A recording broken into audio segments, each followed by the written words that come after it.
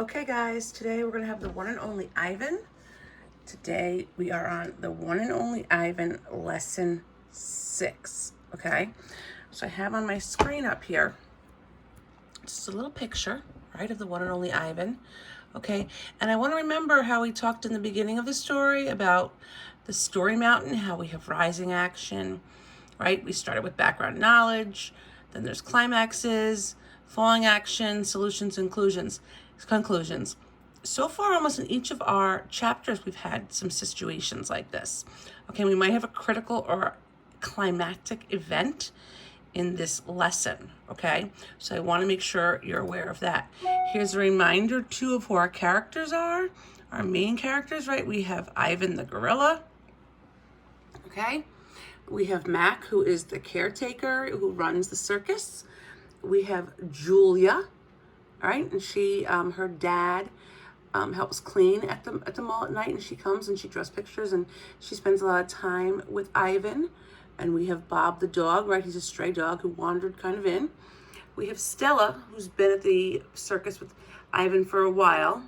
And now we have the new character of Ruby, who's come in. And she's kind of stealing Ivan's thunder away. And he was a little sad. Remember, he was a little pouty, in our last chapters that we read. Okay, so today for our chapters, I just want us to look here. We've got some vocabulary. Okay, the word emphasize. Okay, it says to give special importance to something when speaking or writing. So sometimes when you say something, you might emphasize a certain word like Ronaldo. You need to listen. Okay, so you're just saying a certain way. Contemplating, it says thinking about something thoughtfully for a long time. So that might be like when Miss Matthews asks you a question and you don't answer right away because you're really thinking about the best answer. Mesmerized, okay, that's to hold one's attention closely. So I bet you Ivan has mesmerized people with things that he does, especially when he draws those pictures. Pleadingly, okay, the action of begging someone to do something. I have heard many of you plead with me, whether it's to not have homework, to give you a free snack, to get a pencil, multiple things you have pleaded with me on. Addles. It says to make someone unable to think clearly or confused. So it's almost like you start telling them something that they didn't believe, and you're so convincing that they're like completely confused. And then shrouded. Okay, it says to be covered from view. So I don't know if you remember when Miss Matthews had her cricket table, which is now here in my home. The cricket's on my desk here. But I had the Mickey Mouse cloth over it, right? And that covered it. So that was shrouded. That was what shrouded meant, okay? So now we're going to get ready. Okay, as I get this ready here because we want to make sure that we're ready for our lesson 6 of Ivan, okay? You can see this great. Children. Once I asked Stella if she ever had any babies. She shook her head. I never had the opportunity. You would have made a great mother, I told her. Thank you, Ivan, Stella said, clearly pleased. I like to think so. Having young ones is a big responsibility. You have to teach them how to take mud baths, of course, and emphasize the importance of fiber in their diet. She looked away, contemplating. I think the hardest part of being a parent, Stella added after a while, would be keeping your babies safe from harm. Protecting them.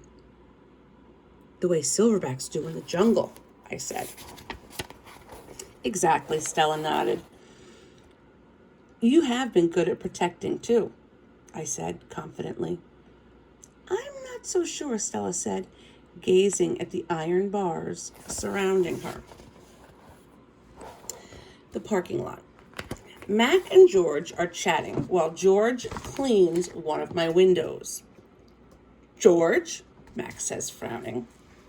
There's something wrong with the parking lot. George sighs.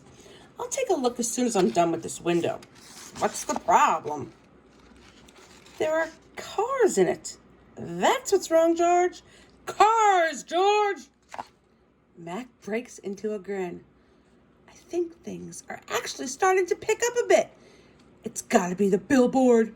People see that baby elephant and they just have to stop and spend their hard-earned cash. I hope so, George says. We sure could use the business. Mac's right. I have noticed more visitors coming since he and George added the picture of Ruby on the sign. People crowd around Ruby and Stella's domain, wooing and eyeing at the sight of such a tiny elephant.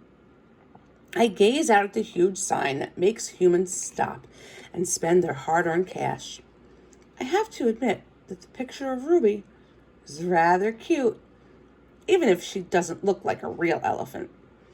I wonder if Matt could add a little red hat and a curly tail to the picture of me. Maybe then more visitors would stop by my domain. I could use a few oohs and ahs myself. Ruby's story. Oops. Ivan, tell me another joke, please, Ruby begs after the 2:00 show. I think I may have run out of jokes, I had to admit. A story then, Ruby says. Aunt Stella's sleeping and there's nothing to do.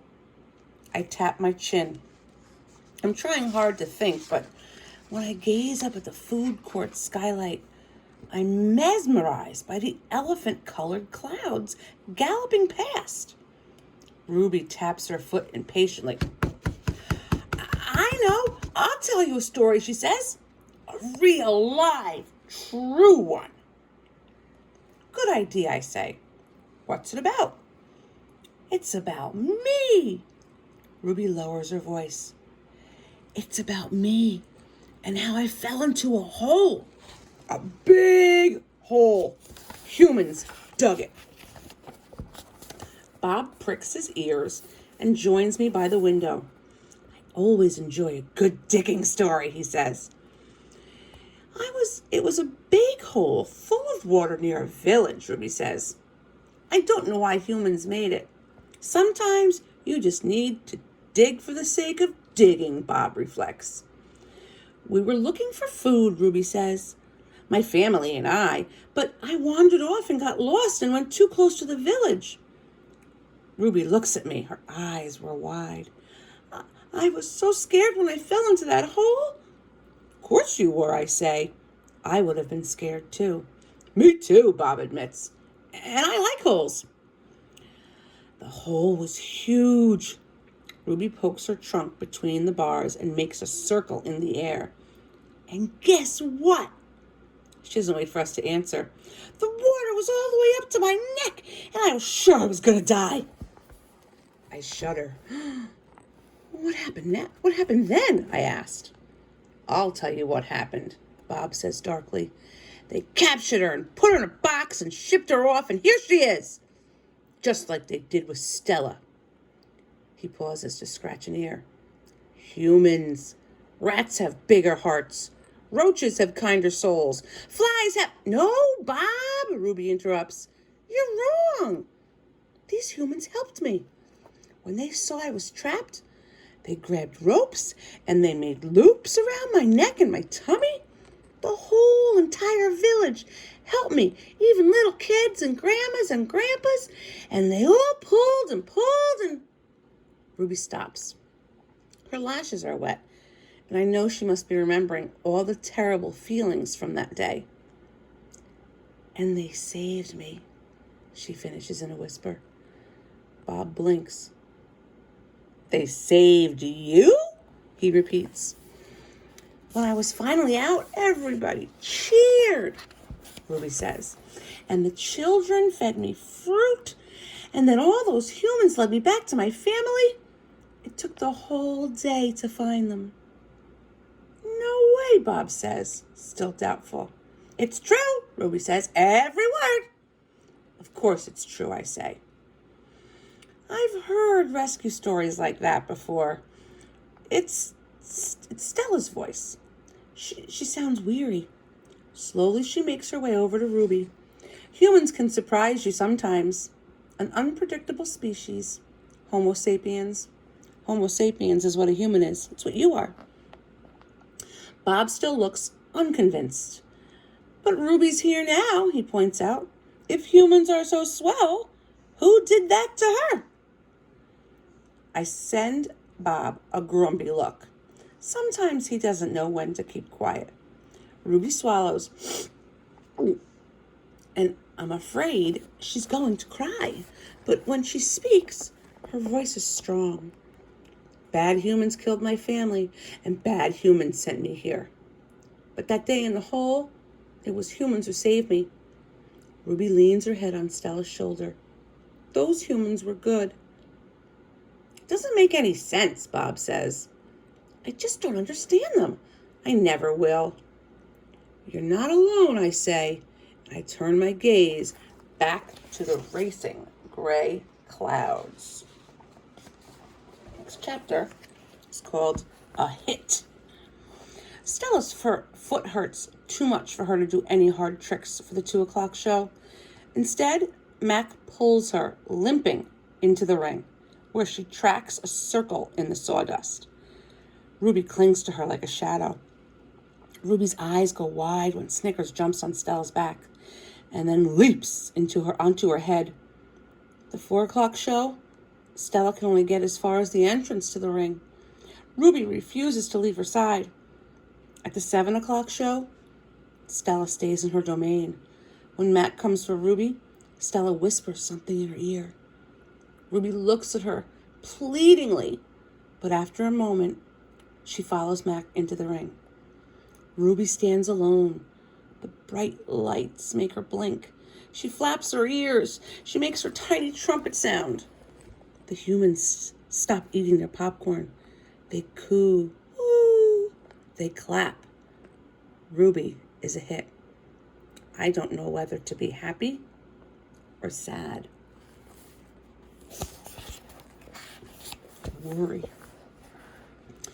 When Julia arrives after the show, she brings 3 thick books, 1 pencil, and something she calls magic markers.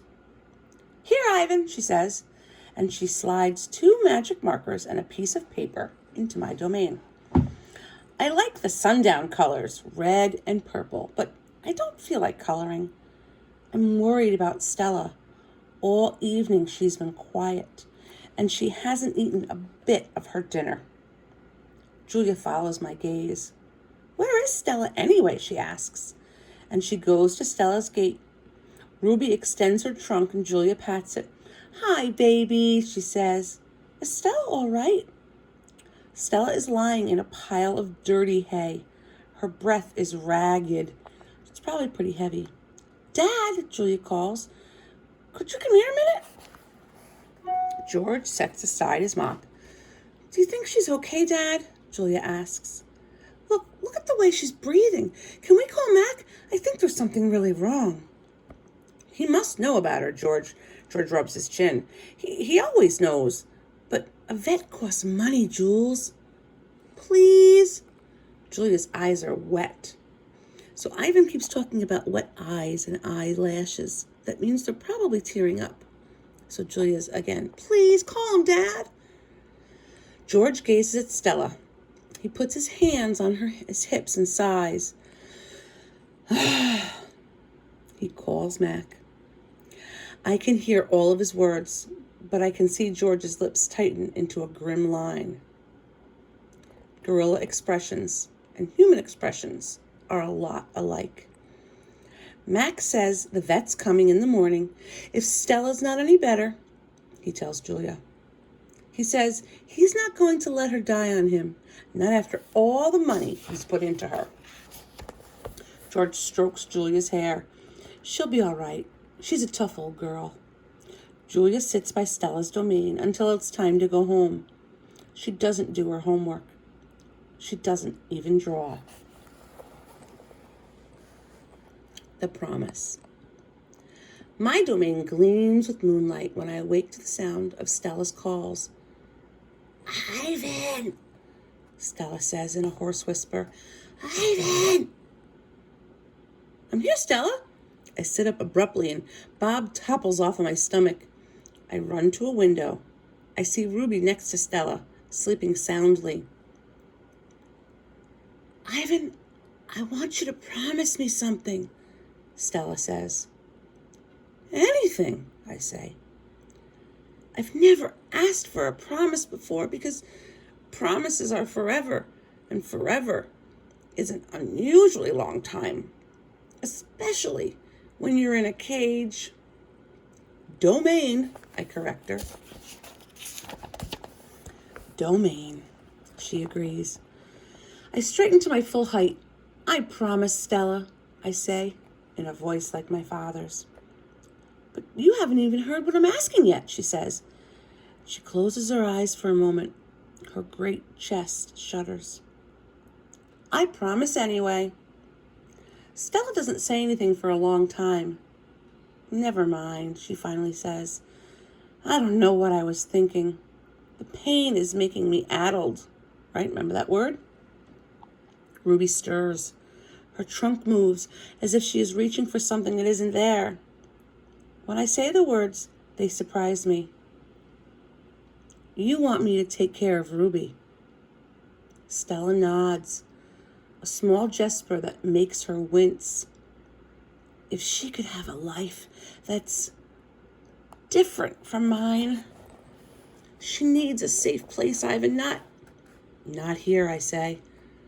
It would be easier to promise to stop eating, to stop breathing, to stop being a gorilla. I promise, Stella, I say. I promise it on my word as a silverback. Knowing. Before Mac, before Bob, even before Ruby, I know that Stella is gone. I know it in the way you know that summer is over and winter is on its way. I just know. Stella once teased me that elephants are superior because they feel more joy and more grief than apes. Your gorilla hearts are made of ice, Ivan, she said, her eyes glittering. Ours are made of fire. Right now, I would give all the yogurt raisins in all the world for a heart made of ice. So I think he's saying that because his heart isn't made of ice and he's feeling really, really sad. 5 men. Bob heard from a rat, a reliable sort, that they tossed Stella's body into a garbage truck. It took 5 men and a forklift.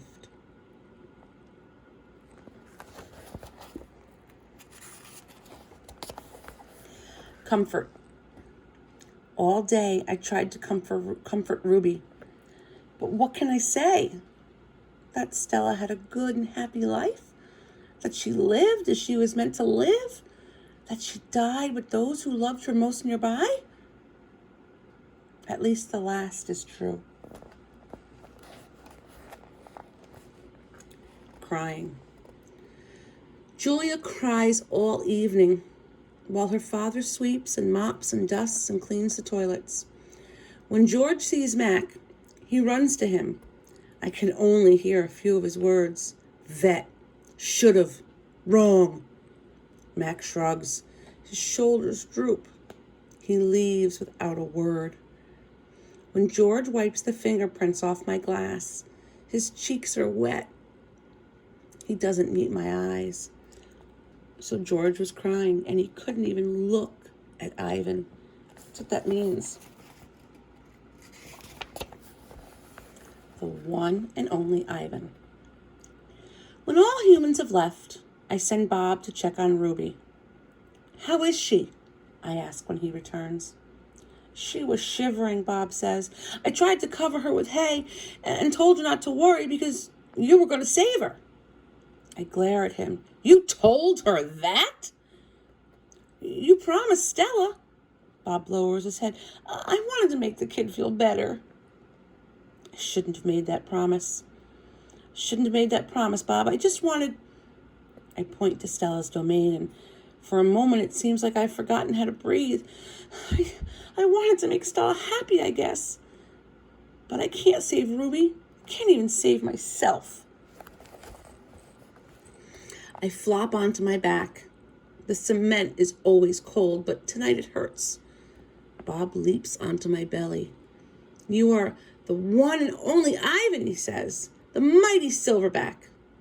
He licks my chin, and he's not even checking for leftovers. Say it, Bob commands. I look away. Say it, Ivan. I don't even answer. So Bob licks my nose until I can't even stand it any longer. I am the one and only Ivan, I mutter. And don't you ever forget it, he says. When I gaze at the food court skylight, the moon Stella loved is shrouded in clouds.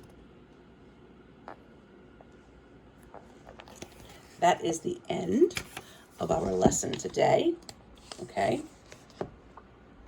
I want you guys to maybe think about some of the things that happened in that story or that section of the chapters that we read, right? It was a little sad, right? Things were a little sad in the story, I would say, for that passage. I mean, we lose Stella, right? Stella's gone. So there is a passage, right? Talk here. It says, I think the hardest part of being a parent, Stella added after a while, will be keeping your babies safe from harm, protecting them. The way silverbacks do in the jungle, I said. Exactly, Stella nodded. You would have been good at protecting too, I said confidently. I'm not sure, Stella said, gazing at the iron bars around her. I'm not sure at all, right? So in thinking about that, right, they're talking about being able to protect their babies, but they're animals and they're in captivity. So they're not really allowed to protect as they would normally be able to protect if they were free. Okay? And that brings me back to some of the stories that we read for Black History Month, where parents who were slaves and their children were slaves, and the parents weren't able to protect them as they would if they had been free, right? Okay, let's look at our next slide, right? Ooh, they talked about the parking lot, remember? He gazed out into the parking lot, and I gaze out at the huge sign that makes humans stop and spend their hard-earned cash. I have to admit that the picture of Ruby is rather cute, even if she doesn't look like a real elephant. I wonder if Matt could add a red hat and a curly tail to the picture of me. Maybe then more visitors would stop by my domain. I could use a few oohs and ahs myself, right? So he's talking there about the fact that, again, he's jealous of Ruby. He wants people to come over to see him and say ooh and ah. Okay? We've got this other one, right? Ruby, from the next chapter, another chapter. Ruby stands alone. Bright lights make her blink. She flaps her ears. She makes her tiny trumpet sound. The humans stop eating their popcorn. They coo. They clap. Ruby is a hit. And I don't know whether to be happy or sad, right? So I think Ivan is happy for Ruby, but he's sad because he's not getting all that attention, right? But Ruby's also there by herself, and she's still a little scared because Stella's not there with her, right?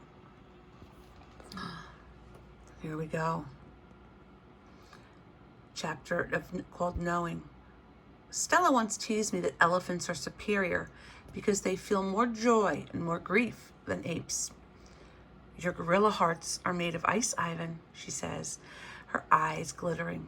Ours are made of fire. And right now, I would give all the yogurt raisins in all the world for a heart full of ice, right?